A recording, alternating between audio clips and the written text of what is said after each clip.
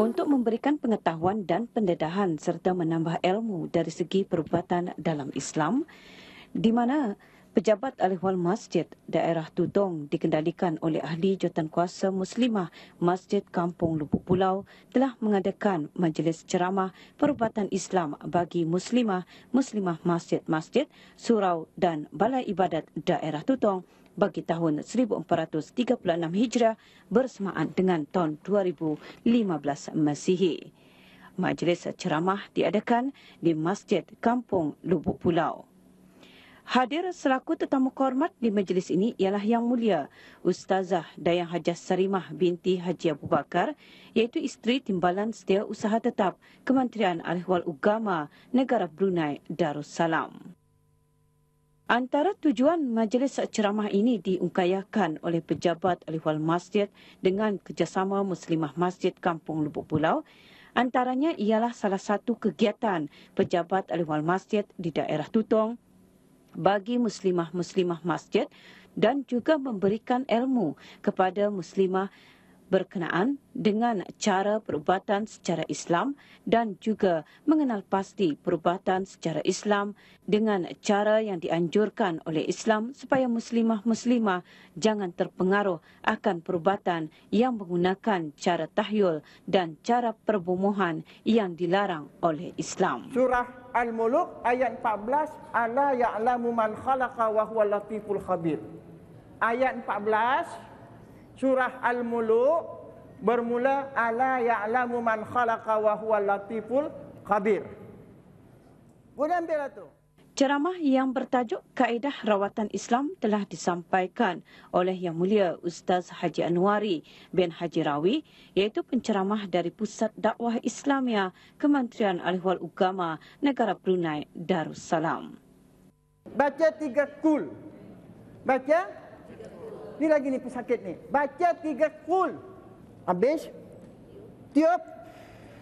Urap tempat yang terjangkau. Buat, itu Rasulullah suruh. Rasulullah suruh membaca pada Aisyah istrinya. Rasulullah suruh membaca pada Fatimah. Rasulullah membacakan kepada kedua cucunya Hasan dan Husin.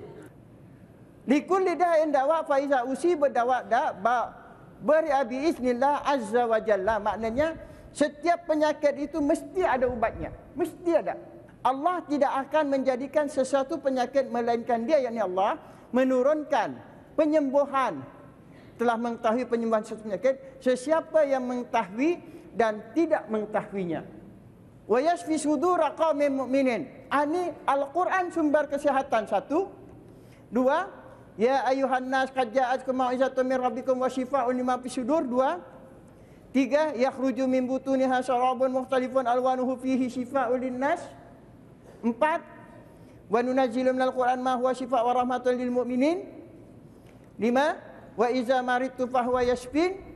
6. Qul huwa lillazina amanu hudaw wa shifa. Ke-6 ayat ini semua mengatakan tentang syifa. Mana lagi? Syifa yashfin syifa. Baca saja. Anda boleh hafal 6, hafal 1. Wa yashfi sudura qaumin mu'minin. Baca lagi. Wa yashfi sudura qaumin mu'minin. Ternyata bahawa setiap penyakit itu ada ubatnya, di mana Allah Subhanahu Wa Taala memberi penyakit. Allah juga telah menetapkan ubat ataupun penawarnya kecuali tua. Berdasarkan keterangan hadis ini juga difahamkan bahawa tua itu adalah termasuk dalam kategori penyakit. Tidak kira sama ada tua itu benar-benar penyakit ataupun ianya merupakan satu evolusi yang semestinya dilalui oleh semua manusia.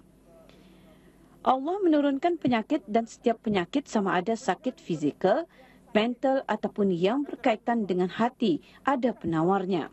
Rasulullah sallallahu alaihi wasallam menyuruh agar setiap orang yang sakit berusaha untuk berubat dengan pertolongan orang lain yang pakar dalam bidang yang dimiliki atau oleh diri sendiri. Jelas terbukti bahawa tugas manusia ialah berusaha untuk mendapatkan kesembuhan menurut keupayaan dan kemajuan akal tanpa putus asa. usaha dan ikhtiar adalah tugas manusia manakala kesungguhan adalah urusan Allah yang telah ditetapkan. Syarabun mukhtalifun alwanu, yang minum bermacam-macam warna